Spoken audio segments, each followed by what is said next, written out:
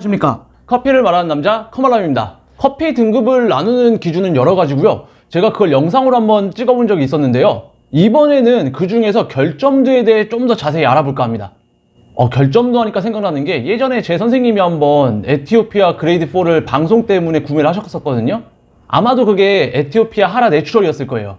그런데 그 생두를 핸드픽 하시다가 다시는 G4 등급은 안 사시겠다고 그렇게 말씀하시던 게 기억이 나요. 그만큼 G4의 결점도가 많아서 핸드픽 하는데 시간이 굉장히 오래 걸렸다는 뜻이죠. 자, 그렇다면 수출 등급인 G1과 G4 결점도의 차이가 얼마나 날까요? 그리고 더 나아가서 결점도 종류마다 커피 맛에 어떤 영향을 주는지 그것까지 한번 같이 알아보겠습니다. 저도 참고로 G4는 이번에 처음 다뤄봤어요. 커피를 마스터하기 위해서 가장 쉬운 방법이 있습니다. 구독, 좋아요, 알람 설정까지. 정확하게 비교하기 위해서는 같은 원산지, 같은 지역, 같은 가공법을 찾아야 되는데요. 이게 생각보다 쉽지 않더라고요. 그래서 대신에 에티오피아 중에 딱 달라붙어 있는 동네 걸 구매했습니다. 모모라 G1 구지, 이거는 스페셜티급이고요. 그리고 시다마 G4인데요. 이게 예전에는 같은 지역인 시다모였죠. 제가 여기서 보통 시다모 G4라고 알고 계실 텐데 제가 시다마라고 했잖아요. 요거는 제가 나중에 추후에 또 영상으로 자세히 한번 알려드리겠습니다. 자, 아무튼 생두 가격 비교 먼저 해볼게요. 제가 사업자다 보니까 사업자 기준으로 알려드릴 건데요. 에티오피아 G1 모모라 내추럴 구지는 1kg에 17,000원대고요. 에티오피아 G4 시다마 내추럴은 1kg에 7,000원대입니다. 와, 무려 가격이 2.5배 차이가 나요. 생각보다 많이 나죠? 그런데 이게 단순하게 G1, G4라서 이렇게 차이가 나는 게 아니에요. 스페셜티랑 커머셜급은 사실 태생부터가 달라요. 농부가 애지중지 금이야 오기야 하면서 키운 게 스페셜티, 최소 마이크로라급이고요. 조금 러프하게 키운 게 이제 커머셜급이죠. 요거 자세하게 아시려면 제 영상 중에 ECX가 있어요. 그거 참고하시면 좋을 것 같습니다. 자, 다시 한번 말해서 G1, G4는 수출 등급일 뿐이에요. 자, 그러면 핸드픽해서 결점들 한번 걸러 볼게요.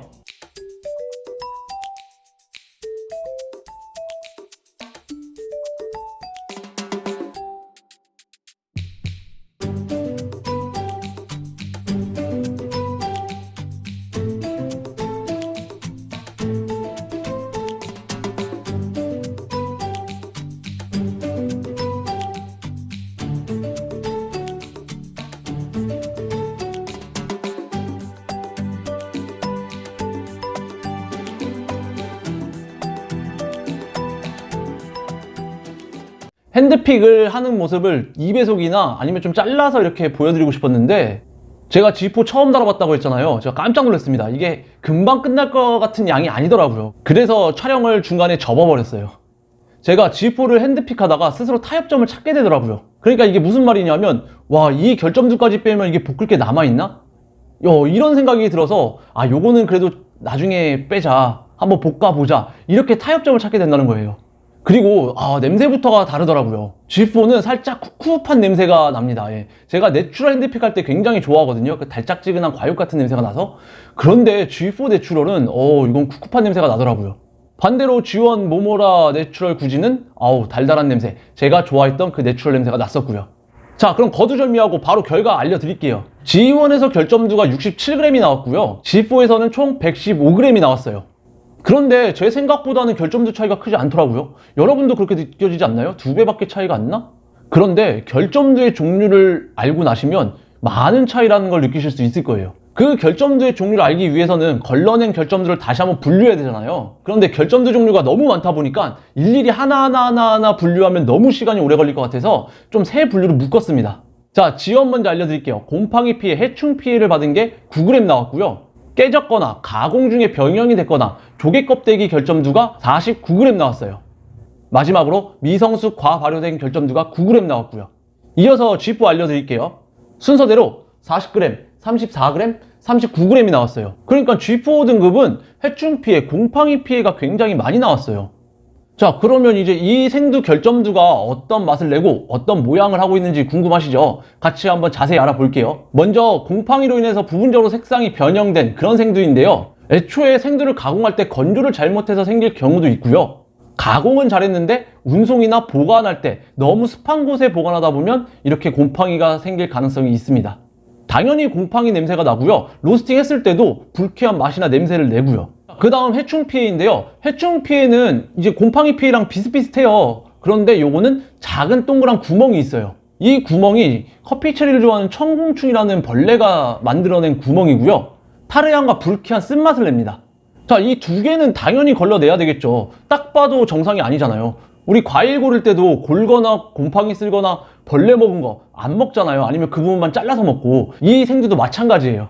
자, 다음은 깨졌거나 눌려서 깨졌거나 조개 껍데기 결점두인데요. 이거는 단순하게 맛적인 부분보다도, 맛적인 부분도 당연히 있겠지만 생긴 게 가장 큰 문제죠. 육안으로 딱 보여요. 보통은 가공 중에 잘못돼서 이렇게 생기는 건데, 이 조개 껍데기 같은 결점두는 유전적인 요인도 한몫한다고 합니다. 이게 그냥 못생겨서 빼는 건 아니고요. 사진을 보시면 아시겠지만 다른 생두보다 작거나 틈이 있기 때문에 같은 열이라도 타버리는 경우가 발생합니다. 그래서 로스팅할 때 고르지 못한 결과물을 유발하고요. 맛도 텁텁하고 탄 맛을 내요. 자, 마지막으로 미성숙한 결점두나 과발효된 결점두인데요. 미성숙 결점두 같은 경우는 제가 좀 이따 말하겠지만 로스팅 할 때도 육안으로 보여요. 그래서 생두를 핸드픽 할 때 요게 걸러내면 좋겠지만 안 걸러내도 다시 한번 걸러낼 기회가 있는데, 과발효된 결점두, 요거는 좀 심각한 결점두예요. 그래서 생두 핸드픽 할 때 필히 꼭 빼주셔야 됩니다. 자, 일단 미성숙한 결점두 같은 경우에는 커피 체리가 익지도 않았는데 빨리 따버리거나 토양의 영양분이 부족할 때 생기고요. 반대로 너무 익어버린 커피 체리를 따거나 가공 과정을 너무 오래 했을 경우, 그때는 가발효된 결점두가 나옵니다. 이런 결점두는 쉬거나 떫어서 좋지 않은 맛을 내고요. 심지어 쓴맛도 도드라지게 나옵니다. 그리고 과발효된 결점두는 보너스로 발효치까지 나요. 와, 근데 이거 제가 핸드픽한 걸 또 핸드픽하는데 제가 죽는 줄 알았습니다. 진짜 이거 힘들더라고요. 그렇게 힘들었는데 여기서 끝이 아니에요. 로스팅을 한 다음에 또 핸드픽을 해야 돼요. 그러니까 한 번 로스팅 할 때 2번 이상 핸드픽을 해야 된다는 거예요. 로스팅 후 핸드픽은 생들 때 못 걸러낸 거를 이제 다시 한번 걸러내는 것도 있고요. 로스팅을 잘못해서 발생하는 결점두까지 있습니다. 다행히 근데 그렇게 많지는 않아요. 결점두 종류도 그렇게 많지는 않습니다. 대표적인 이제 결점두로 조개 껍데기 원두가 있고요. 미성숙한 원두, 겉이 타서 얼룩질 원두, 가운데 홈, 그 센터컷이라고 하는데 그 홈만 탄 원두도 있고요. 그리고 끝부분, 이제 생두의 끝부분만 탄 원두가 있어요. 요 5가지만 중점으로 보시면 될 것 같습니다. 그런데 이번에 아쉽게, 이걸 아쉽다고 해야 되나? 아무튼 로스팅 하면서 다른 결점들은 안 나왔고요. 내추럴이다 보니까 미성숙두가 많이 나왔어요. 이게 워시드 가공법 생두는 미성숙두가 거의 나오지 않거든요. 그 이유가 미성숙두는 가벼우니까 물에 뜬단 말이에요. 그런데 워시드는 이제 물을 이용하기 때문에 자동으로 걸러지는 거예요. 그래서 유독 내추럴이 로스팅한 후에 보면 미성숙두가 굉장히 많이 나옵니다. 제가 사진을 보여드릴 건데요. 자, 이 중에 미성숙두를 한번 골라보세요. 네, 딱 티가 나죠, 이 두 개. 이게 유기화합물이 없어서 갈변이 일어나지 않았기 때문에 색상 변화가 거의 없는 거예요.